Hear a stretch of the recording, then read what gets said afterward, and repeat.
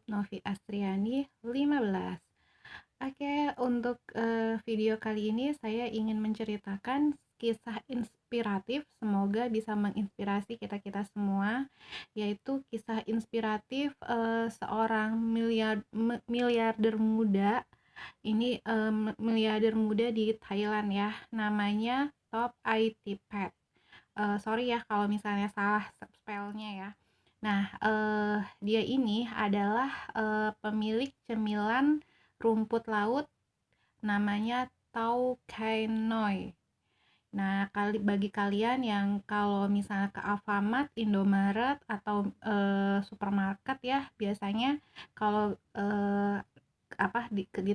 di tempat-tempat misalnya snack itu ada cemilan rumput laut namanya Thai Kenoi. Nah, siapa sangka bahwa pemilik Thai Kenoi ini adalah seorang pemuda yang masih muda banget ya, dan dia itu bisa bisa sukses itu di usia yang sangat muda. Pada saat Top IT Pet ini masih SMA, dia sudah berhasil membeli mobil sendiri, guys. Jadi, Top IT Pet ini bisa membeli mobil sendiri dari hasil dia bermain game online. Oke, Top IT Pet ini ternyata dia dulunya itu gamers ya, dan hobinya bermain games itu bisa menghasilkan sehingga dia bisa membeli mobil sendiri dari hasil hobinya tersebut. Dan pada saat Top IT Pet umur 22 tahun, dia sudah bisa berhasil membayar lunas hutang ayahnya senilai 12 miliar kurs pada saat itu ya guys. Dan pada saat Top IT Pet umur 26 tahun, dia sudah memiliki perkebunan rumput laut sendiri di Korea Selatan dan sudah memiliki aset senilai 450 miliar rupiah kurs pada saat itu ya. Bayangkan di usia 26 tahun. Dan sekarang Top IT Pet berusia 36 tahun dan pastinya hartanya makin banyak ya guys. Tanpa panjang lebar lagi, mari kita simak video singkat perjalanan karir Top IT Pet saat dia mulai merintis sehingga sampai dia sukses sebesar ini ya guys. Semoga kisah ini bisa menginspirasi kita semua, terutama anak-anak muda ya guys. Semoga kalian bisa mendapatkan pelajaran dari perjalanan hidupnya Top IT Pet dan bisa mengambil inspirasi bahwa anak muda itu harus pantang menyerah. Oke, selamat menonton. Di awal ada Top IT Pet mendatangi bank. Dia mau meminjam uang sebesar 10 juta baht atau sekitar 4,7 miliar rupiah untuk membuka bisnisnya. Teller bank lalu menyuruhnya memberikan alasan kenapa dia harus dipinjami uang sebesar itu.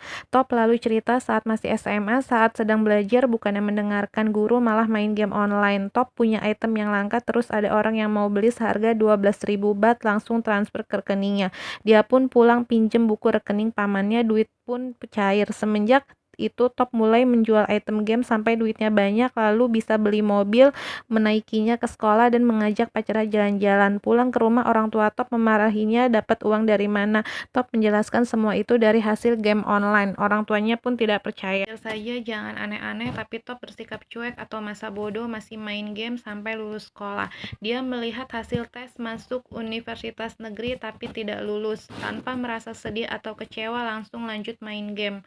Singkatnya, dia beli PS dan DVD player. Pulang ke rumah, orang tuanya memarahi Top karena tidak lulus masuk universitas negeri. Top meyakinkan orang tuanya masuk perguruan tinggi swasta tidak apa-apa, sama saja. Ayahnya marah karena cuma ingin Top kuliah di perguruan tinggi negeri karena di swasta itu biayanya mahal guys. Ayah ibunya lalu berdebat masalah keuangan untuk nanti kuliah Top. Top di kamar melihat sisa tabungannya menipis dan akun gamenya terblokir karena terdeteksi untuk komersil.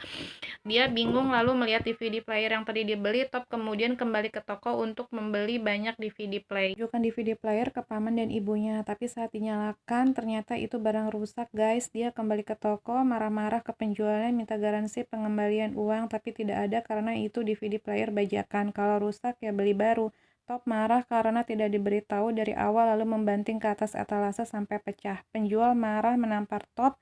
Dia mau dipukul tapi Top langsung lari terbirit-birit. Top langsung manyun dan melihat ayahnya berjalan kaki. Ia nyuruh masuk ke mobil. Ayahnya bilang bisnis itu gak gampang. Jangankan anak kecil, orang dewasa aja banyak yang gagal. Lalu menyuruh Top untuk lanjut kuliah dimanapun terserah sambil memberikan uang. Tapi Top menolaknya. Malam hari dia mengambil jimat ayahnya dan dijual seharga 100.000 baht. Uang itu digunakan untuk masuk perguruan tinggi swasta. Singkatnya, Top sudah masuk kuliah, tapi saat di dalam kelas dia tidak mendengarkan, malah menyuruh temannya merekam suara dosen mengajar dan keluar kelas. Dia pergi ke tempat pameran mesin, lalu melihat mesin penggoreng kacang otomatis. Kata salesnya, mesin itu belum ada yang punya di Thailand. Mendengar itu, Top langsung semangat membeli mesin itu, padahal harganya mahal. Di rumah, Top dimarahi lagi karena membawa mesin itu, tapi Top bilang hanya menyewa seharga 50.000 baht. Top langsung bertanya-tanya ke penjual kacang goreng bagaimana cara membuat kacang goreng yang benar, lalu mencatatnya. Sedangkan temannya di kampus terus menelpon Top untuk suruh masuk kuliah tapi tidak diangkat. Top sudah mendapatkan resep membuat kacang goreng yang enak dan ibunya mencicipi kacangnya dan mereka bilang enak guys. Top langsung mencari tempat jualan di mall, lalu dia bersama pamannya dengan semangat membawa gerobak dan kacang ke tempat jualan. Saat mall dibuka ramai orang tapi nggak ada yang beli. Pamannya sudah teriak-teriak tapi tetap nggak ada yang beli. Di pasar nganter pacarnya belanja. Dia mengamati orang jualan. Gimana caranya agar ada pembeli. Top langsung mencatat kata bonus selalu diskon. Saat ngobrol dengan pacarnya, Paman Top menelpon bilang kalau dagangannya nggak laku. Sudah melakukan apapun tapi tetap nggak ada yang beli. Saat menunggu pacarnya di depan toilet, Top melihat orang meminta sumbangan dan di situ banyak yang memberi. Dia langsung berpikir ternyata tempat juga berpengaruh. Agar ramai orang yang datang, Top langsung meminta pindah tempat karena sepi. Sebelumnya banyak saingan.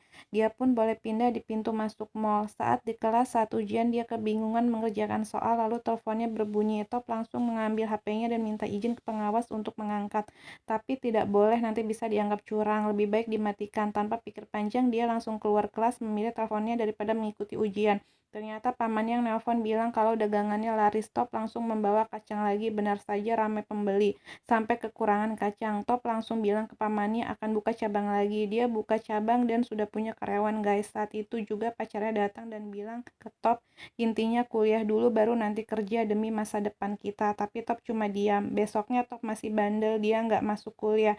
Dan ditelepon temennya bilang dia dipanggil dosen karena terancam mau dikeluarkan. Jualan Top dimarahi pemilik mal karena asap dagangannya itu mengotori plafon. Dia diancam akan dibatalkan kontraknya, tapi Top berjanji akan mengecat ulang plafon, lalu dia diberikan syarat besok harus selesai. Kalau tidak, kontrak batal.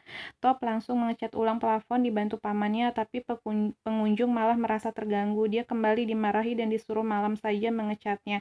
Malam harinya Top kembali mengecat. Sekarang dia dibantu ibunya. Sapam datang bilang mall akan ditutup. Top bilang sedikit lagi, namun Sapam mallnya bilang tidak boleh, sudah waktunya tutup, nanti bisa kena sanksi. Top langsung ngambil uang untuk menyuap Sapam mallnya, tapi Sapam menatap ibu Top dan meminta ibunya Top agar mengajari kejujuran serta tanggung jawab ke anaknya tersebut. Uang dikembalikan lalu menyuruhnya untuk segera pergi. Top jalan keluar sambil marah karena target pekerjaan tidak tercapai.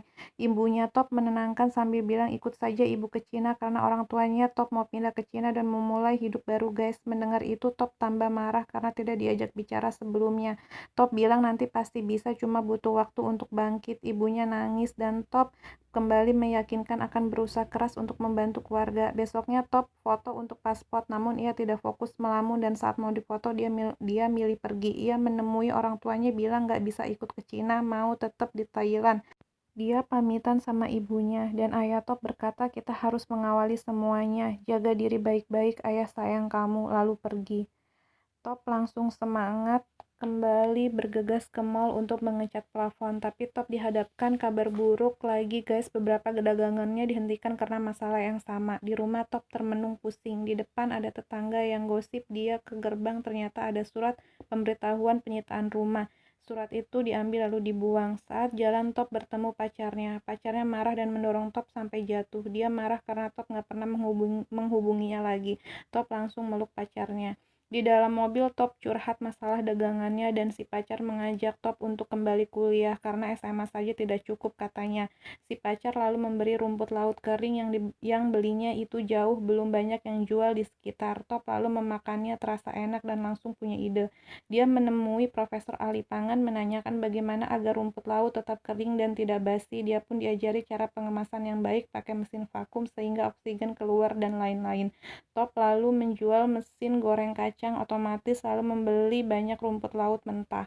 Rumput laut coba digoreng tapi nggak enak, terus dicoba tapi tetap pahit sampai habis banyak tapi tetap belum enak juga. Top lalu menjual komputernya untuk tambahan modal. Pamannya bilang, susulah ibumu, kamu sudah habis banyak uang tapi belum menghasilkan apa-apa. Tapi Top nggak menyerah dan bilang kita harus terus berusaha, kita harus yakin akan berhasil. Itu sudah jadi pilihanku, kita akan sukses. Jika kita sudah mulai tidak boleh menyerah. Pamannya pun hanya mengangguk. Top ditelepon pacarnya untuk daftar kuliah. Dia mencoba tes masuk kuliah lagi guys. Malam harinya Top pulang. Hujan besar membawa masuk rumput laut mentah. Saat di dalam, Top merasa ada yang aneh. Top memanggil pamannya tapi nggak ada jawaban. Dia pergi ke belakang dan ternyata pamannya sudah tergeletak bersimbah darah. Top langsung membawa pamannya pergi dan rumput lautnya kehujanan guys. Di rumah sakit Top bersedih. Siangnya Top kembali menggoreng rumput laut, tapi masih nggak enak. Terus dicoba, masih aja nggak enak sampai dikerdus abis. Lalu dia melihat rumput laut yang semalam kehujanan, mencoba menggorengnya lalu dicicipinya, namun kali ini rasanya enak, tidak pahit. Penyebabnya adalah adanya embun di dalam bungkus karena semalam kehujanan guys. Pamannya sudah baikan. Top lalu menyuruh mencoba rumput laut hasil gorengannya, dan ya, rumput laut menjadi enak dan gurih. Mereka kembali jualan di mall, tapi sekarang ganti jualan rumput laut dan yang beli ramai. Melihat dagangannya ramai, Top menulis 1 juta baht per tahun dan bilang gak sulit. Ibu Top menelpon menanyakan kabarnya, lalu ayahnya juga ingin mengajak Top menyusul ke Cina karena sudah dipersiapkan universitas untuk Top kuliah di sana. Lalu Top bertanya berapa hutang ayahnya dan ternyata jumlahnya 40 juta baht atau sekitar 12 miliar rupiah. Top yang mendengar itu pun syok. Kembali ke rumah, sudah terpasang tulisan rumah ini sedang proses penyitaan bank. Top lemas, nggak percaya akan kejadian menimpa keluarganya. Sambil sedih dia membersihkan foto keluarga, lalu melihat ada wadah obat di balik foto orang tuanya dan ternyata itu obat tidur. Dia pun tambah sedih.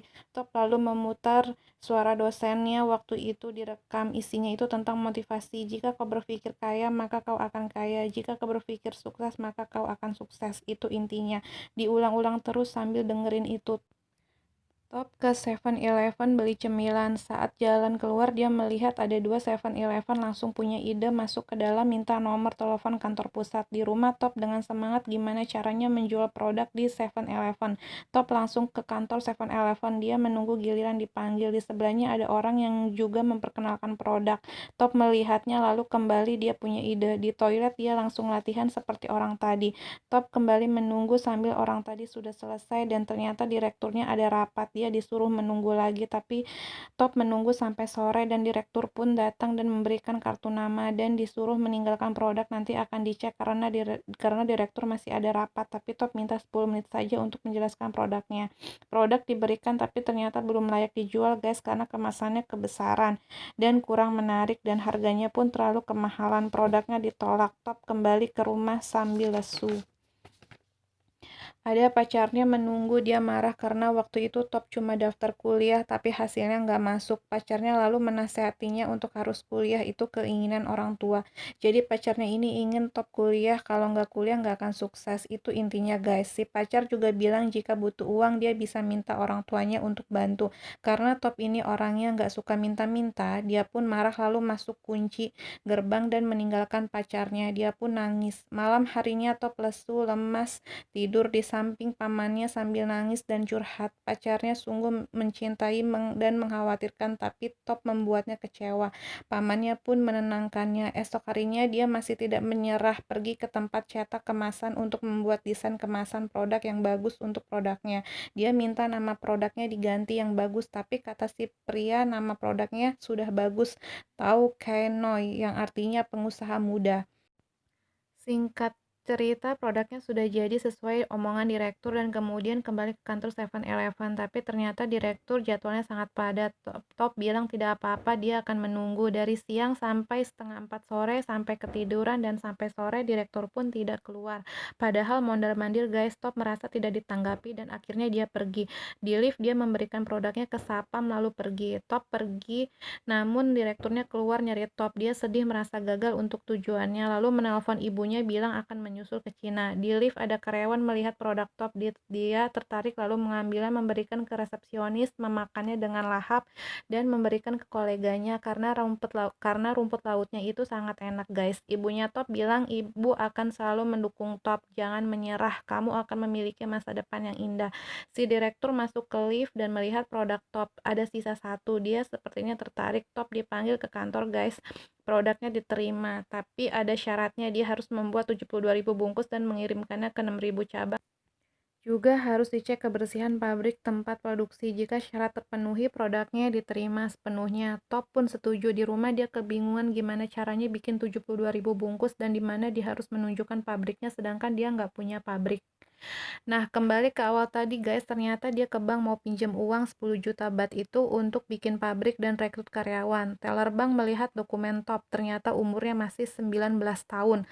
Lalu Top dipuji masih muda, sangat bersemangat, bagus, tapi bank tidak bisa meminjamkan uang karena belum cukup umur dan keluarga Top juga punya hutang 40 juta baht. Ia pun cuma diam.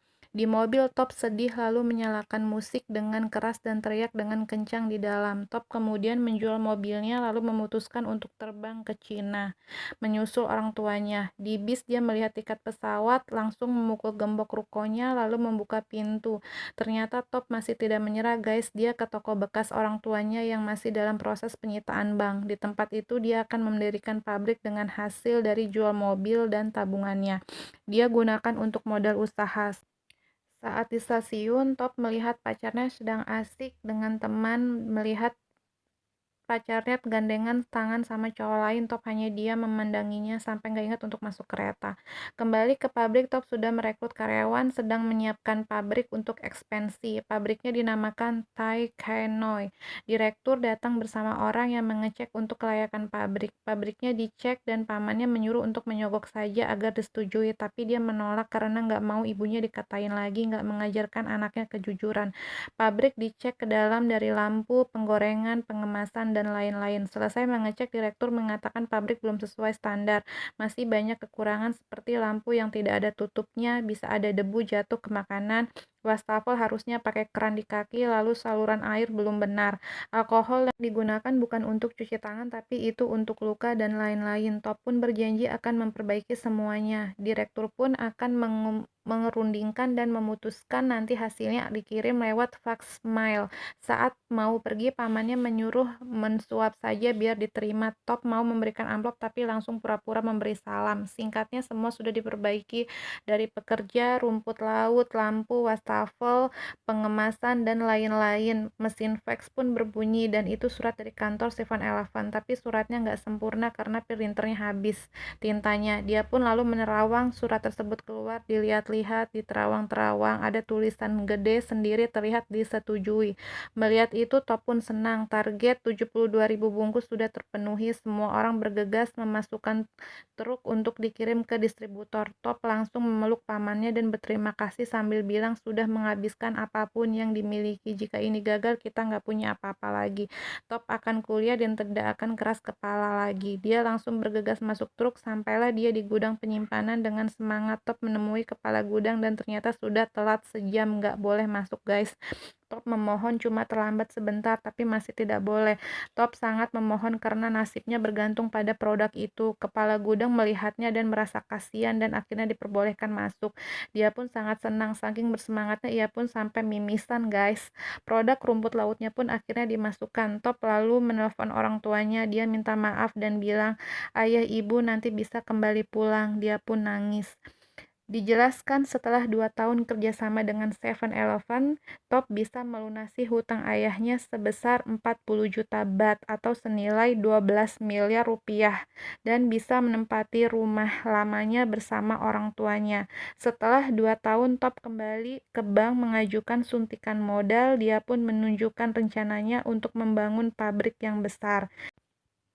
Dijelaskan di tahun 2010 ini Top IT Path memiliki 2.500 karyawan, mengirim produknya ke 6.000 cabang 7-Eleven, mengekspor cemilan rumput lautnya ke 27 negara di dunia. Top juga sudah memiliki perkebunan rumput laut di Korea Selatan. Pendapatan Top di tahun 2010 sebesar 1.500 juta baht atau 450 miliar. Jadi dia sukses di usia 26 tahun ya guys. Dan ada kutipan dari motivasi dari Top, yaitu jangan patah semangat apapun yang terjadi, jika menyerah maka habislah sudah. Top IT Path. Dan cerita pun selesai. Film ini penuh motivasi yang bisa kita pelajari ya guys. Pertama, ketegasan si Top, kegigihannya dan semangat mewujudkan impian mau belajar, suka bertanya tapi untuk kebaikan dirinya, bukan tanya masalah hidup orang lain, pantang menyerah, tidak takut mencoba hal baru, ambisius, selalu memperbaiki diri dari kesalahan dan percaya semua akan indah pada waktunya.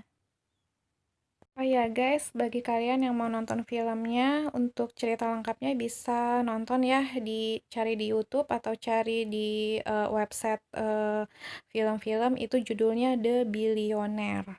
Oke, see you soon. Semoga kisah ini bisa menjadi inspirasi bagi kita semua ya. Wassalamualaikum.